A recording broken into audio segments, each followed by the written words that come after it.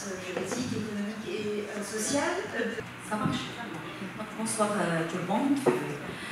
Bonsoir nos chers invités. Bonsoir chers étudiants et étudiantes. Donc, on a l'habitude de le faire à Martil, l'édifice principal. Cette soirée qui est co-organisée entre votre faculté et l'Institut français.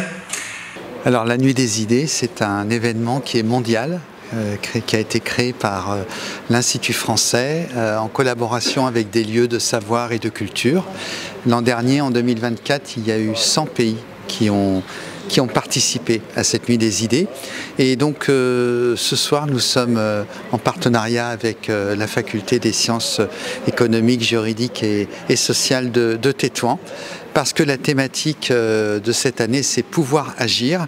Et il y a, dans cette thématique, on a extrait une sous-thématique qui est la jeunesse et la société civile au Maroc. Donc on s'est dit que travailler avec une faculté pour élaborer ce programme, là où sont les jeunes, là où sont les étudiants, c'était naturel et donc on l'a fait ici.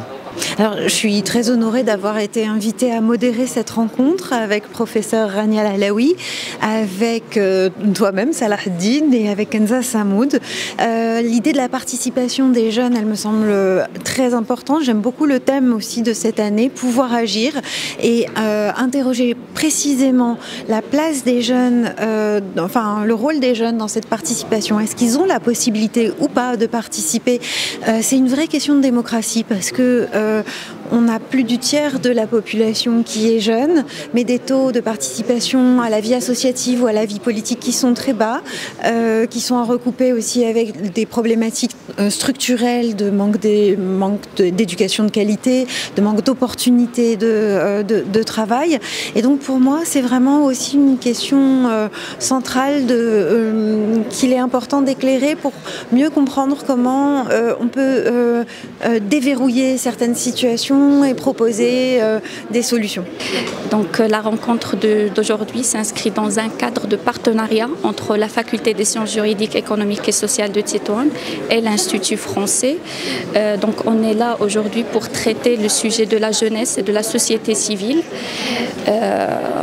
dans un cadre de partage d'expériences et dans le cadre d'une réflexion poussée sur les mécanismes de la participation citoyenne instaurée tout d'abord par la Constitution marocaine de 2011 et ensuite par toutes les législations qui l'ont suivi. Donc comme on sait tous, la jeunesse est un pilier essentiel dans la vie de toute société et donc il est primordial de prendre en considération leur participation dans la vie politique et publique, dans la vie politique plutôt et associative. Donc j'étais très intéressée de participer aujourd'hui en tant qu'intervenante dans ce panel-là parce que vraiment la société civile joue un rôle très important dans le processus démocratique au Maroc et l'implication des jeunes est les plus importante dans ces jours-là parce que on sait très bien que le taux d'activité des jeunes et leur participation civique et politique est vraiment c'est que 1% et ça c'est un chiffre qui est catastrophique. C'est la raison pour laquelle il est aujourd'hui très important d'ouvrir des espaces pour les jeunes pour s'exprimer, pour discuter. Donc c'est la raison pour laquelle je suis là. Dans l'école de la pensée critique, on travaille avec les jeunes sur 3 choses très importantes pour nous. Premièrement, les valeurs. On travaille avec eux sur les valeurs de l'égalité, la démocratie, aussi l'extrémisme violent, les libertés individuelles. Et aussi dans la deuxième phase de l'école de la pensée critique, vraiment on forme ces jeunes sur les techniques de comment ils peuvent lutter contre le fake news, contre l'extrémisme violent. Donc vraiment on forme eux sur les techniques et aussi de notre part sur l'éducation aux médias d'information.